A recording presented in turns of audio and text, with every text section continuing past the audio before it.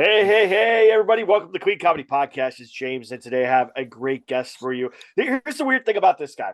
Like, you're not going to be able to see it on the show because we're not standing next to each other, but he's literally like one of the tallest people I've ever met in my life. And I met Kobe Bryant, but he was also sitting down, so that was a little weird. But still That a little tall guy. guy. Yeah. Andy's super tall.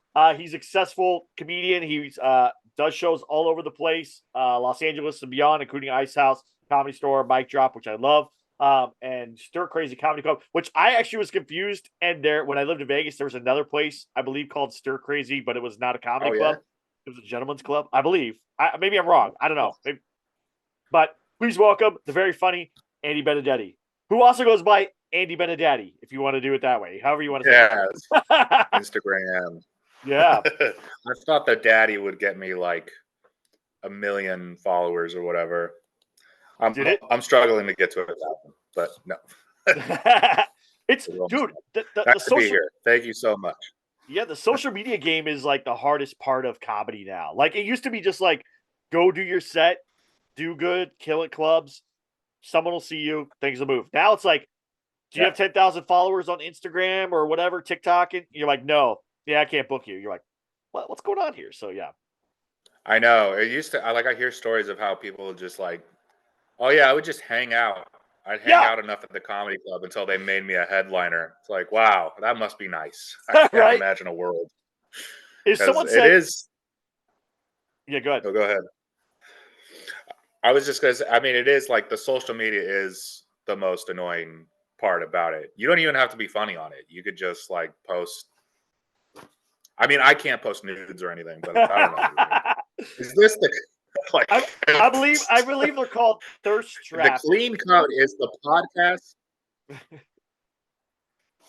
thirst traps? Yeah. Exactly. That's what I meant. Is the clean? Do I have to be clean on the podcast? I mean, I Or have is this edit. just about clean I comedy? have way Like to it I was have ways to edit, so it doesn't matter. I've had people say stuff, but I edit it. It doesn't matter. So if you slip, it's not a big deal. nice. So don't ever worry about it.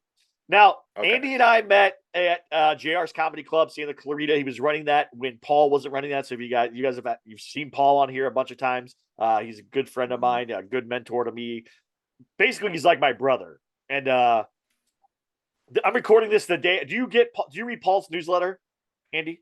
Mhm. Did you Yeah, read? I read the one yesterday. Dude, It I was was nuts. angry. I was angry after I read that. Like, Yeah. I wanted to go find Dan Schneider, I think that's his name, Dan Schneider from Nickelodeon, and just give him the beating of a lifetime for how he treated Paul. Like, I was so mad. And Paul was like, It's I'm not buying insane. it. So, yeah. Like he Yeah. literally like abused him like really badly, you know? Yeah. And it does make me I just made me think about how like entertainment in general, like how people could just turn out that way. Yeah. Like just full blown abuse people. I can't even imagine like what level you get at where you're just like what point do you get to like, oh yeah, I could just like yell at someone for going to the bathroom or something, Yeah. you know? I don't.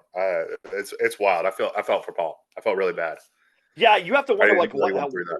what happens in people's lives where they get to a point where they see people as less than them and say, I could treat them Mhm. however I want. It's like we're all humans and we all survive together. It's such a weird thing. Now, I know. This is even before the social media though. He didn't even have like 1 million Instagram followers. Which if he did, I'd be more understanding to why he was a abuser. I'm kidding. But you know, so for anyone who doesn't know you, tell them a little bit about your journey into comedy, how long you've been doing it, how you got started, what kind of like what you're all about, basically, your origin story. sure. So I started in 2016. I'm coming up on 8 years this year in June. Thank you. I started in LA, which could be tough. A lot of people start somewhere else and then move to LA, which is kind of, I guess, like if you want to learn how to like just get a general comfortability of being on stage and then go to LA to get good, that's kind of the move. But starting in LA is weird. A friend of mine once described it as like, I thought this was perfect. He's like, it's like learning how to swim in the ocean Yeah. because it is like it's one of the two. It's like LA and New York I'm sure some of your listeners know, is like the place to be for stand-up comedy, just because there's so much opportunity there. There's so much entertainment. There's so much stage time. There's so much you could do. And so I started out here. I started at our old pal Tommy McGuan, who doesn't do stand-up anymore. He did a garage show, Yeah. literally in his garage, for like 20 people, and he let me do that. And that was my first show ever. I think Paul was there. Like Wow. Paul was maybe like 2 years in or something like that. So he let me do that there, and yeah, I was hooked. And then it started a whole thing called the Garage Chronicles, Yep. where it was a monthly pop-up show.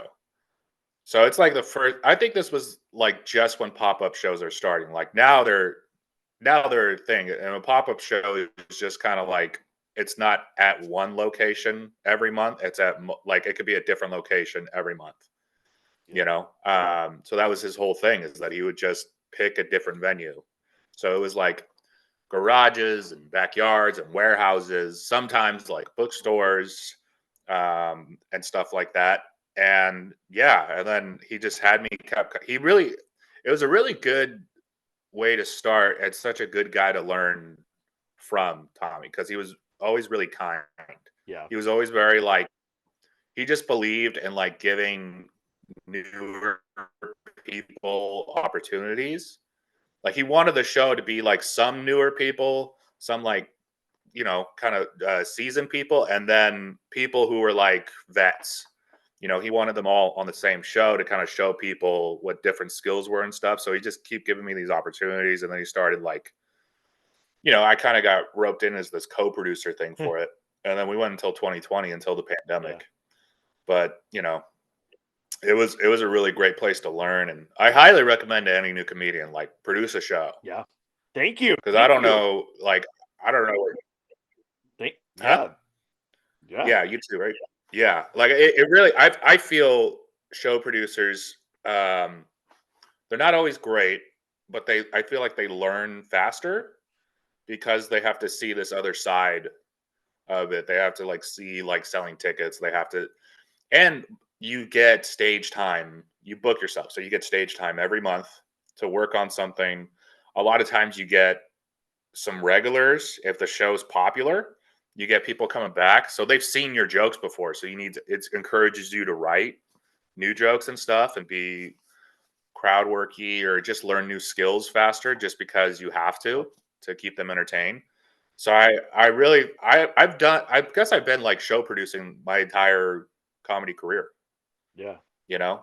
So, and I highly recommend it, I agree. I think that part. produce a show Um, and be an MC a show, or MC that show that you produce for, at least for a year, so you can get used to doing yeah. it. Oh yeah, you gotta learn the skills to be a good host. That's the big thing, is like just learning, try not to mess up people's names. I mean, you know, learning when to like just be as fast as you can in between comics, so that maybe when you gotta like, I don't know, say a thing here or there. But yeah, I mean, hosting's crucial to comedy, right? Like getting out there and stuff. Because I mean, if you can host, like if you're a good host, people will totally book you. Yeah, that's You true. know? That has like saved me a lot of times where people are like, oh, I need a host, and I need someone that's clean, and I need someone that's good, and then knows how to host. They're like, Yeah. oh, James, you do all. Can you do that? And I'm like, yeah, 100%. Like, it's such a good thing. I think pop ups are a great way to. I think was it Don't Tell Comedy? They do pop ups like all over the country. They do like pop ups in like L.A. and New York and whatever. I think there's one in Santa Clarita, if I remember right. Is there one in Hmm. Santa Clarita? Okay, yeah. So yeah, Yeah. so that's pop-ups are a big thing, and they're growing. So I'm super happy for that. Um, Yeah. I think it's, what makes it good, like what Don't Tell has with the whole secret shows. That's their whole thing, yeah, is that you don't find out the venue until day of. That's a great marketing thing, so smart. because it makes it fun. It makes it like, ooh, it's good for businesses too, which is another side of like producing shows and comedy, is like, what's good for business, Yep.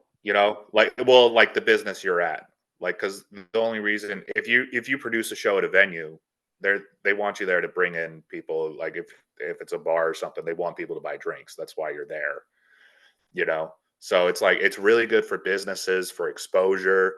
Maybe it's a little hole in the walls they've never seen before, or places they've been to since they were kids. Like, it's really good exposure for businesses. But the whole thing with the whole secret show, and now it's a thing that's like finding like a theme to your show, like finding some little hook. Because I mean, I have a bar show right now, the last Thursday of every month, which I'm making it's just a show. Like, it's just a stand-up show. Like, that's all I really want for it. I think that's the best thing for it. But there's a lot of shows that are theme shows now. Like, I don't know, if Mike Falzone. He made a show called Surrounded. Like, have you heard of that one? No, that sounds awesome. It is awesome. It's a crowd work show, so all the comics do crowd work, but it's in the round. So they just have the entire audience around them. So the whole thing is like, they go over there, who's that over there, and all that stuff. And he's produced it I think it's at the Hollywood Improv like twice or three, like every week or something like that. And then he's gone to Just for Laughs for it, RIP. R.I.P. And man. he's gone to all the clubs all over the place, the Stand, all that. So, I mean, it could take you places. I mean, and it's a kind of thing of like comedy lovers, like they love like stand-up shows. You could put on a great show that's just a show. Yeah. But a little hook also is very fun too. Like, there's riffing shows, and there's like, I don't know, like they have comics juggle. I don't know, like just some little hook. Comics juggle. Tell a joke and juggle. Jokes and juggling. Yeah. Right? Maybe don't do that one, but I don't think. I think that one's dangerous. That might be a dangerous one, depending on what they're juggling. I mean, maybe they're juggling something easy. Now, so you produce shows, you've hosted shows, you've done stand up all over the place. I see you're in a documentary. I didn't even know you were in this documentary, Stage Time. I got to go watch that after this now, because that's awesome. Plus, it's got our boy. It's got Tommy in it, and it's got Willie back. I love Willie. So, like, what a great thing I want to do. It's super funny that I saw this, because I'm at this weird stage where I think I mentioned this somewhere, but like, I was gonna hire a creative like life coach to like help me kind of like coach like where I should need to be creatively, what I need to be focusing on or whatever and stuff. Because I have all these things going on. I have so many things going on, but I don't know what path to take. And so they were going to charge me like a couple grand for 4 sessions of this thing. And so a couple friends were like, "You're an idiot. First of all, you're an idiot." I was like, "Great, thank you. All right, you saved me a little money there." But then they were like, "You should do something with that yourself. Like, you should make a movie or make something yourself." And so now I'm down to my 2 things that I'm trying to decide what to do: make a movie or record my own special. And so I'm not sure which way I'm leaning now. Like, I don't know. It's a tough one, man. Right.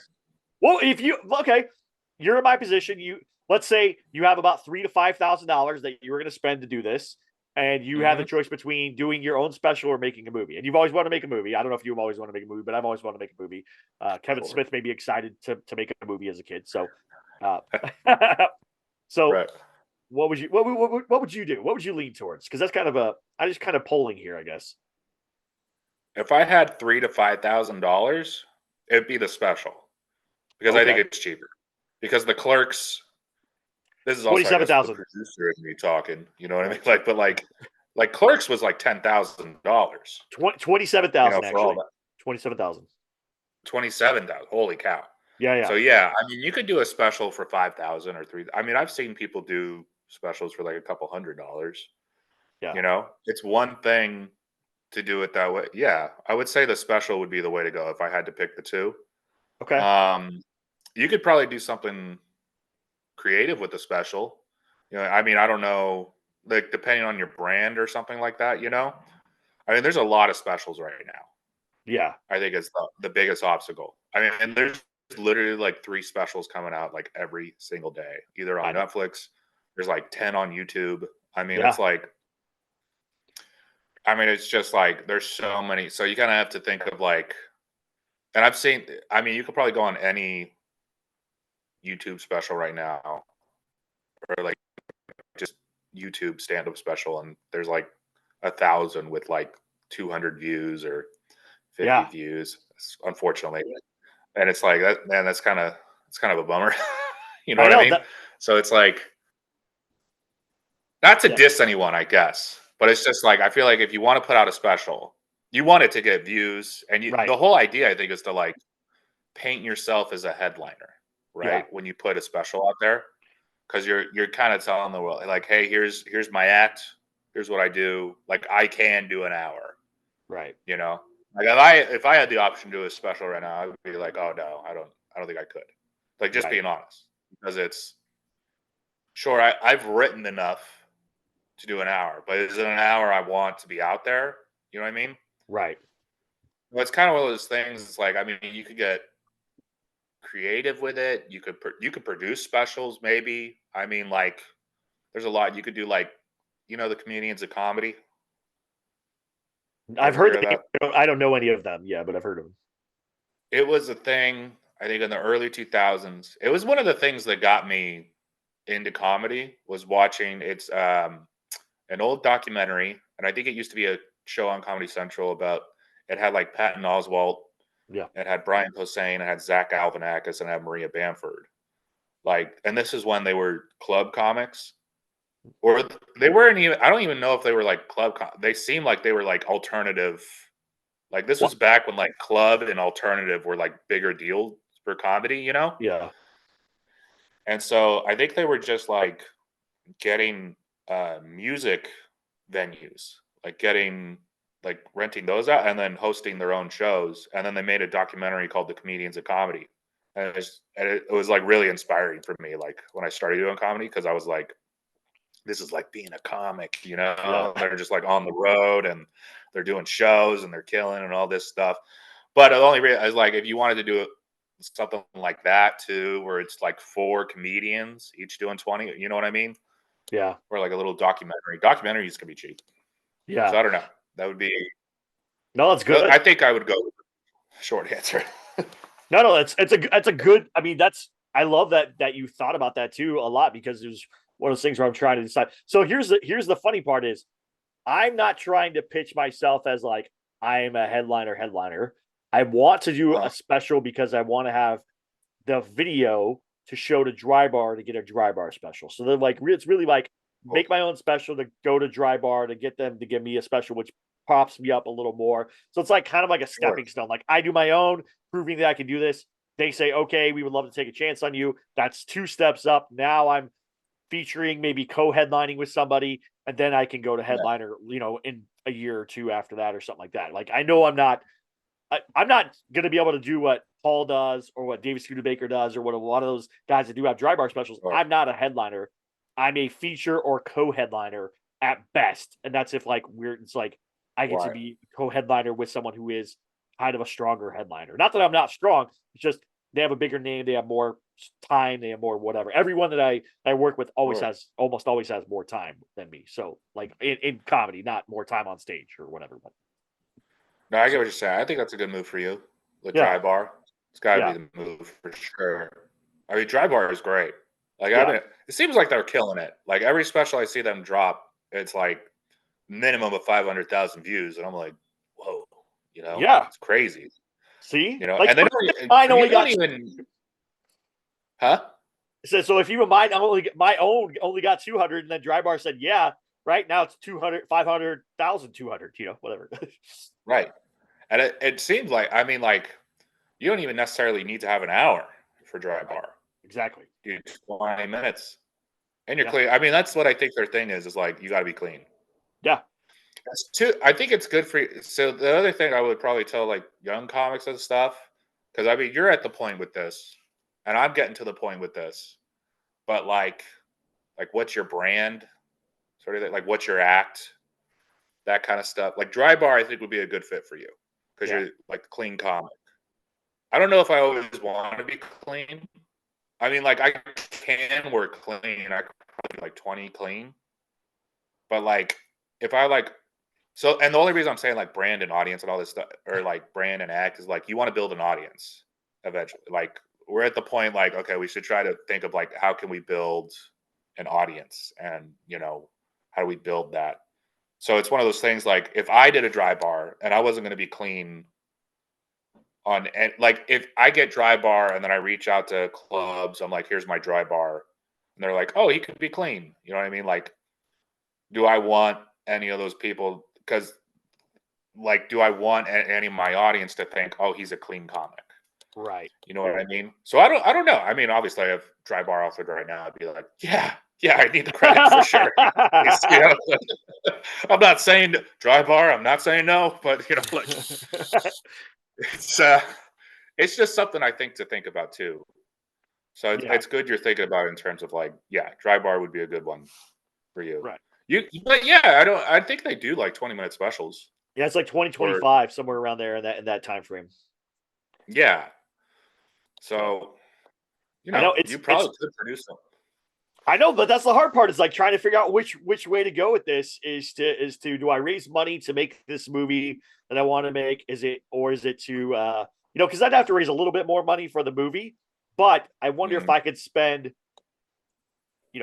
1 to 2 thousand on the special, and then put the rest of the 1,000 towards setting up for the movie, and then getting people to crowdfund or something else the movie. And here's the other cool part about it, mm. because the movie that I have in mind, Christopher Guest movies like Best in Show or Mighty Wind, those Mm. kind of movies. Do you know those movies? No. No, I don't think so, This yeah. is Spinal Tap. Have you ever seen This is Spinal Tap? Oh yeah, the Rob Reiner thing. Yeah, but it's a Christopher Guest like movie though. But like, Oh, so it's like partial improv, partial scripted, right? So it's like Curb Your okay. Enthusiasm, basically. So what I want to do is I want to make it so it's all comedians, all people that I know in comedy in LA doing this movie. And so Mm, you get everyone that we know to come in and do a scene or two or whatever. And the whole point of it is it's supposed to be uncomfortable, because none of us, at least a lot of stand-ups, aren't really improvers. Like, they're not like, yes anding everything. mm, So yeah. it's that fun take on improv and how hard it is, and stand-ups trying to do improv in this thing. Basically, it's like if Pitch Perfect was about improv instead of, and it took place with improv instead of being about singing, right? But with comedians. So that's That's the pretty whole thing. funny. Yeah, That's a good right. pitch for sure. Yeah. Yeah, I could see that getting made. Yeah, and it would, like, it'd be super fun and easy because it doesn't take a lot to do it. You need stages, and you might need like one or two off Right. locations.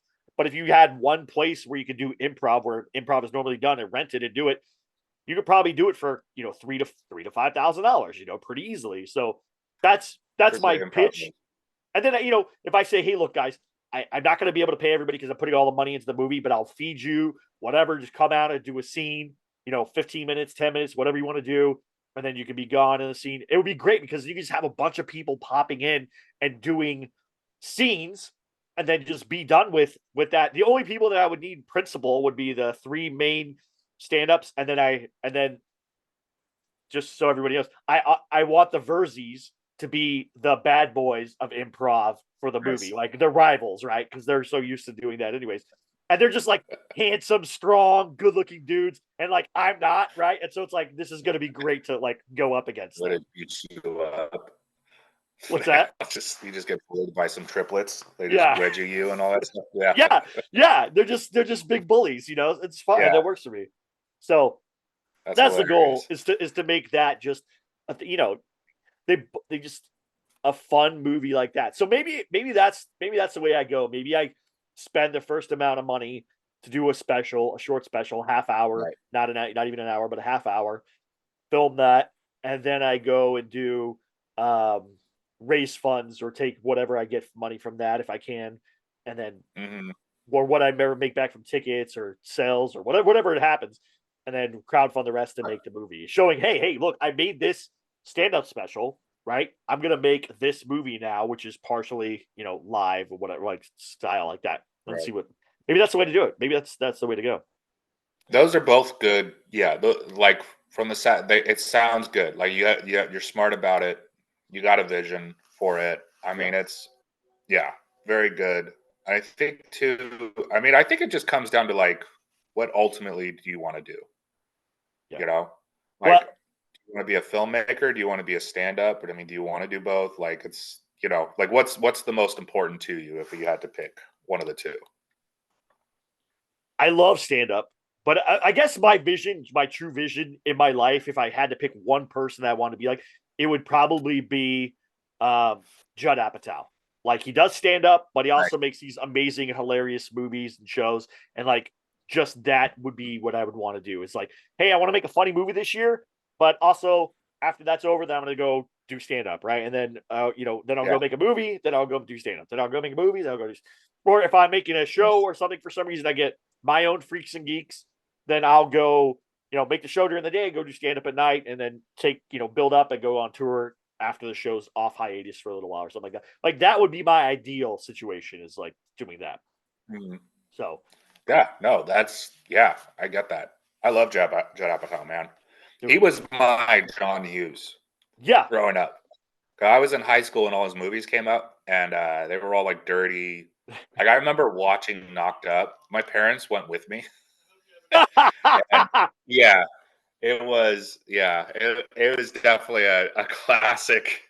There's so much to that movie. But, sorry, I thought someone was coming in. But yeah, uh, so much of that movie that I'm like, I remember. I think that's what kind of got me caught is like when my parents would watch stuff with me. I mean, I remember they watched George Carlin with me. I watched Eddie Yeah. Murphy with me, Eddie Murphy Raw, and like Judd Apatow, and watching them laugh really hard at this stuff on television was like very validating and stuff. So Yeah. yeah, I love Knocked Up. I always remember Superbad. Superbad, I was like, wow, this is Yeah. like my generation's movie, dude. Yeah. Like, so That's good. it's funny because I grew up. My grandma was like the one that liked comedy a lot and would bring me into comedy and stuff, But I like growing up in Texas. A lot of that was like Bill Engvall. There was Nice. I don't know if you remember Ray Stevens, the Streak song. Yeah, they call him the Streak or whatever. So that was like a thing. Um, and then I lived with my dad when I was 15, and he had like old Cheech and Chong albums and old Carlin albums Nice. and stuff, like actual like vinyls, right? And we would listen to them and stuff. Right. And it was awesome. And then in high school, I really got into like I want to be a filmmaker, and Kevin Smith and Tarantino were big because they were like indie guys that came out or whatever. And so I was like, I saw Clerks and I thought, oh, I can make a movie. If this guy can make a movie, I can make a movie. And I think that was his whole point too. Of Yes. like, if I can make a movie, anybody can make a movie. And so I wrote and Right. started doing that. And then as I got older throughout my life, people would say, you should be a comedian. You should be a comedian. You should be a comedian. And I was like, Nice. I'm not famous. Like, I don't know how to be a comedian. Like, you have to be like on TV and then they give you a special. I had no idea. Mhm. So, No, yeah. I mean, that is the whole thing. Is like you're just figuring out. No one knows how to be a comedian, and then you yeah. become a comedian, and then you're like, oh, anybody could be a comedian. Like it's literally just talking into a microphone Yeah. for the best of it. I mean, I really thought it's funny because we were talking about you know hanging out and just like, oh yeah, they'll just make you a headliner and all this stuff, but yeah, I feel like starting in 26, like it all changed in 2016 because there was a lot of like pay to plays that came out, Mhm. like shows started changing, big shift in the industry, and everything's Twitter and social media. It's like it's so different from the way it was. I mean, even the way you were like when people were like, "Oh, you should be a comedian, you should be a comedian." I'm sure it was like even different then, you know, Yeah. than when I was thinking like, "Oh yeah, I should be a comedian." It was like yeah, I don't know. You can't just go to open mics. There's so much more you have to do now. Yeah. You almost Exactly. have to like make a product of yourself and then they'll buy, which I guess it kind of was that in a sense, But not but everybody was like that. I mean, yeah, you no. had like Jeff Foxworthy's like, you might be a redneck, or you have Bill Ingvall's "Here's Your Sign," or some of those things were like big because they were easy to get through. But Carlin didn't have like a product. He was just like the guy who ranted about everything that was wrong with everything. Right. I guess if you wanted to make an argument, like he really became like he crossed over when he became counterculture. Yeah. like when he really started, like, he like, I'm sure this has been being, I don't know how much you know about Carlin, but he came in wanting to be Danny Kaye and was wearing the suits and Yep.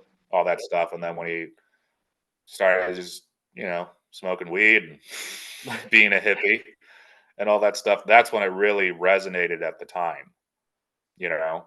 I mean, so I guess that was a big hook to him, like doing the hippy dippy weatherman and all that stuff. But I think the thing that made Carlin was obviously the 7 dirty words and being arrested and Yeah. all of that stuff. But that came later. But yeah, that whole, why was I bringing that up? Oh, well, I guess if you do, I guess have to, in a sense, like define yourself as like a marketing. Like the whole thing is like in the past 2 years, I've started doing jokes about my height, because I'm 6'8", and when I first started, I was a little hesitant to acknowledge it for some reason, just because I felt it's gonna sound really, I guess, a little egotistical, but I was like, I was like, oh, that's too easy. Like they'll expect me to do stuff like that. I was Right. like maybe like in a few months into comedy, like or like my first year, and I don't know. I guess I just kind of was a little or hesitant, I guess, if I really had to think about it. But yeah, like now I've been leaning into it, and I feel like it does make it's literally like pieces are clicking in my head. Like, oh yeah, no, this is the way to go. You have to acknowledge this, and Yeah. yeah, dude, like brand comedians, you gotta be an act and stuff and I whatever, know. you know. Well, that's the thing is like you have to think about what people say to you when they first meet you, and probably one of the first questions you get is, "How tall are you?" Right? Like almost every time Mhm. someone meets you. No doubt. Yeah, a lot of times they don't even. I mean, strangers. Yeah. Just like, excuse me, how tall are you? And I have to be like 6'8". They're like, wow, and they just walk away. Like, all right, well, have a good day. That's all they wanted to know. You know, happens all the time. I think I'm gonna start lying. I think I'm just gonna Okay. be like, yeah, I'm gonna be like, yeah, I'm 6'2", and just watch people. They're like, what? Like, my cousin's 6'2". I'm like, I think he's lying. I think Yeah. he's shorter. Just to, I don't know, just spice it up. You know what I mean? Yeah. What you should do is like say something like that's totally unbelievable. Like I'm 5'10", and they're like, I'm 5'10". They're like, Yeah, oh, you've been lied to your whole life. I'm 5'10". Like I got measured this morning. Just yeah, like just like wreck people's like whole ego. We're like, I'm almost 6 foot. And they're like, ooh, you're not. You're like might be 5'5". Like yeah. You're like, ooh, I don't know. I once had a guy. And I do this as a bit on stage, but this did happen. Was this guy walked up to me who was just like 6'5", and I was like, no, 6'8", and he was like, oh, like I ruined his day or something. And then he got I probably quiet. had a He's bet. like, yeah, he had a bet going, but then he just goes 225, and I was like, what? He's like, your weight. Like, are you 225? Like he just got my hat and then just took a shot on me. Like it's just like, yeah, there's a 225, like I'm a carnival game. Yeah. Like I was gonna give him a goldfish or something. Like it was I was just like blown away. Do you, does anyone ever say to you like, you look like Braun Strowman? Like, have you ever got like any of those like Braun wrestler, Strowman. like one of those Not wrestler buff enough for references? Braun Strowman, but The Big Show. I gotta work out more. Dude. Oh, Big Show I get a lot. Do you? Okay. Big Show, okay. This one's probably okay to say on the Clean Comedy Podcast. I didn't say it, but like this one guy, I was at an open mic once, and this guy, he got on stage after, and he's just like, "Hey, Big Show!" Like he starts his set like that, and I'm like, "Yeah," and Oh, you responded to it? You like I had to like, and then he goes, I swear, he asked me that. He goes, "Can you look inside bathroom stalls?" He's asking like, "Can I peek over in the bathroom stall?" And I didn't know what's. I was just like, "Yeah." He goes, "That's crazy, man." Anyway, the other day, and then he just started going into material. should be like, Like, what are you doing with that information? You know? I've never tried. Why don't you go to the bathroom after this? Well, we'll check it out. Like, Yeah, seriously. Jeez. It was so weird. He had no comeback. He just wanted to know if I can. Like You're he just was like going to ask me to do it or something. I'm like, no, I should have said no, but you're just like a walking FAQ for tall people, like everywhere. Like they're just yes, like, hey, can I ask you a question about being tall? You know, just like yes, can you absolutely. can you fit inside of a Volkswagen Bug? Like, is that comfortable for you? Like, why does that matter to Yeah, you? they got to tie me to the roof. Yeah. Yeah, Seriously, if you do a special, it should just be called, like, how tall are you? Or something like that. Like, it's right. just all height stuff where you're just like, you just get like, look, I'm not the number one authority on height, you guys. Like, just go bother Shaq. He's bigger than me, Yeah, whatever. Like, for real. you know, No, I mean, yeah. I mean, it is the thing of like, I realize how I need to acknowledge it, you know, and this part I was hesitant about it too was just like it is kind of a privilege. I mean, it is a privilege, like the height. Cause I mean, I think it is like, well, a lot of people want to be tall, right? Or like that's one I get a lot. It's like I wish I could have some of your height. Like I'm like, well, I'll cut off my legs and then you can have those. And use it. But I think, but it is like it is kind of. So there was a thing, we talk about it in terms of comedy, right? Of like that, you kind of always want the underdog. It's a thing in comedy of like rooting for the underdog and punching up and trying not. Well, part of me thought like if I had joked about it, it's going to be like I'm sort of braggadocious in a way or something, or I'm blindside. You know what I'm saying? yeah. But so far, it is also this thing like, look, this is just kind of this thing that happens in my life. So try to take that approach to it of like, no, this is just a thing. This is like what people say to me, and this is just a normal thing in my life. Um, I had somewhere I was going with that, and I lost it.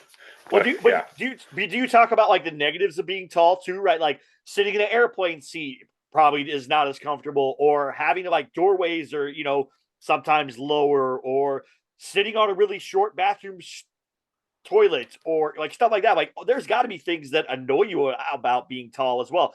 You go in the bathroom to look in the mirror, and it's only just from your nose down. You know what I'm saying? It's like stuff like that. There's got to be those yeah, kind of things that happen to you, right?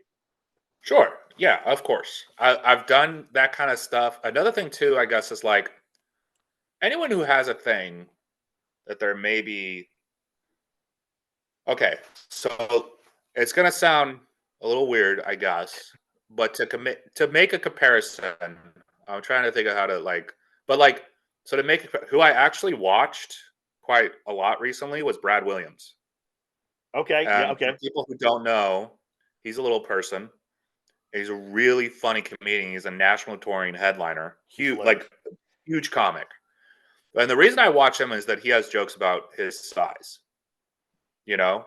And what I notice he'll do, if he has a joke that's not about his size, he'll start the joke about his size. Whether it's like a dating joke, well, then he'll start about dating as a little person and then Right. go into general dating in general. So that's kind of what I've been trying to do is like That's I that's might smart. make a joke about my size or how it relates to that and then do the general joke, That's smart. Do you people know? ever come up to you and be like, "Are you considered a giant?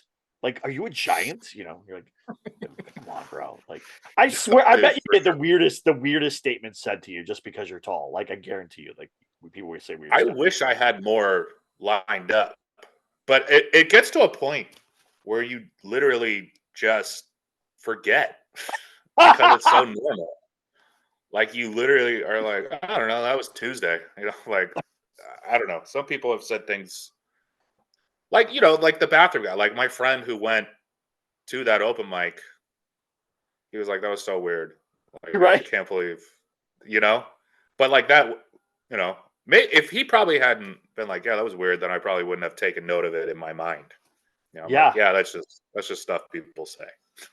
yeah. But You that's the know? thing is you got to start logging that stuff. Like for a while, people were calling me big guy. like all the time. I'm like, Oh dude, yeah, I'm not big at all. Like, I'm not big in any way, shape, or I'm like, what? I'm yeah. 5'10" at best, like on a good day. I'm about 200, maybe 215, 220. I'm not Uh huh. big, but people are like, hey, big guy. And I'm like, who are you talking to? Like, what? Right. I'm average guy. Like, I know. That's rude. it's so That's weird because like, are you calling me big like you think like I'm like big, like strong, or you call me big like, yeah. hey, you're a big fatty? You know, like what is it? What are the two things that you're calling me? I It's know. that's super weird. I get that with boss. I'm like, Oh, do I look like a boss? You know, no, I look like not a boss. well, you look like the big boss man from back in back in WWE. That's what it is. Should run stuff. Come out in like a police uniform with like a nightstick. Like, it's so weird, dude.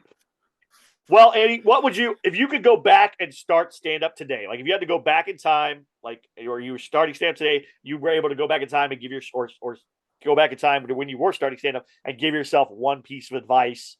What would that one piece of advice be? Ooh. Uh, put yourself out there more, I think is the thing. I was very kind of shy. It took me so when I wanted to become a stand-up, I was 18 years old. I didn't go on stage for the first time until I was 23. Wow. Okay. So I was actually like really anxious about doing it. And it caused me to be I didn't start going to like open mics at clubs until I was like 5 years in, 6 years in. Wow. And I mean, I've been to other open mics, but it was the other open mics, um, at like bars. I did like paid to plays, stuff like that, just to, kind of start. But yeah, like the open mics like the Comedy Store, the open mics. I still never done the Laugh Factory open mic, but that Me one's either. it's a little dramatic. I think, not to diss them, but I'm not going to sit at like 6 in the morning, Yeah. to get a spot. That's wild. But, going to the improv, um, going to West Side Comedy Theater at like 10 o'clock on a Tuesday, like those kind of mics where I just, uh, I guess I was a little nervous looking back. Like, so the way I thought about it too, when I thought and this is, I think, an excuse, is I was like, oh, well, you just become famous and those clubs will book you anyway. I mean, while that might be true, it's like you still got to go. Because I mean, Yeah. like the people I've met and the opportunities I've gotten from going to those mics is like, oh, I should have been doing this the whole time. Even if you're not like, I mean, if you're like in your first year or second year or whatever, just start going, I mean, because I do think you learn faster. So I think putting yourself out there more, just trying to get opportunities and trying to get out. I wasn't even getting up. Sometimes I would even get up like 3 or 4 times a month, like when I first started. You know what I mean? Like that kind of like, I feel like in your first year, you kind of go up to an open mic like once or twice a month and you're like, wow, I'm doing it. You know what I mean? Yeah. But it's like, then you kind of have to learn, like, no, you got to be getting up like A couple times a once or week. twice in front of an audience too, Yeah. a week, which is tough in LA. So I guess just put yourself out there more, like just fail if you have to. Like it's better to just go out there, try your best and fail, and you actually learn from failure. It really is the best. You develop a callus from failure. Like you just learn more, and if you just like if you keep going even after you fail, that I think is a big part of it too. Because don't worry, because like literally all stand up comedy is just, I mean, that's what bombing is. It's like you failed. Yeah. I mean, you just keep failing until something works. That's all the game is. So put yourself out there. Don't be afraid of failure and all the cliches, love yourself, all that. Comedy's a cliche. Yeah. Yeah. The cliches are cliche for a reason. Yeah, which no, is that's cliche to say. But well, where can people find you? Where can they see what you're going to be doing? Where can they watch any of your stuff? What's a plug all your stuff? Let everybody know how to find you. I'll just follow my Instagram at Andy Benedetti. And you can, I don't know, subscribe to my YouTube. I got like no subscribers on there. I should probably start building that up. I only got 2 videos, a No, few yeah, shorts on there. So YouTube, Andy Benedetti. there you go. And then follow those, and I'll be posting my shows on there. So I'm surprised you don't have a shirt that says "Who's your Benedetti?" I was going to, and then I don't know. We stopped. I got to follow up with the guy. Well, thank you, Andy, so much for being on the podcast. You guys go like and subscribe. Go follow his stuff as well. I'm going to put everything in the show notes so you guys can go check him out and look at it. I'm going to go watch this movie Stage Time. I haven't seen that. It looks awesome. I'm so grateful for all of you. Please go check out Funny Money. If you haven't been on the Substack for Funny Money, go check it out. I'm putting stuff up there every day. I'm going to start probably trying to consolidate everything under one roof. I don't know how I'm going to do that yet, but I have so many things going on. I want to put on other projects. So probably go to jamescrevison.com or jamesdcrevison.com and then do it that way. I don't know. I haven't figured it out yet, but thank you guys so much. Please like, subscribe, share, and we'll talk to you soon. Have a good one. Bye.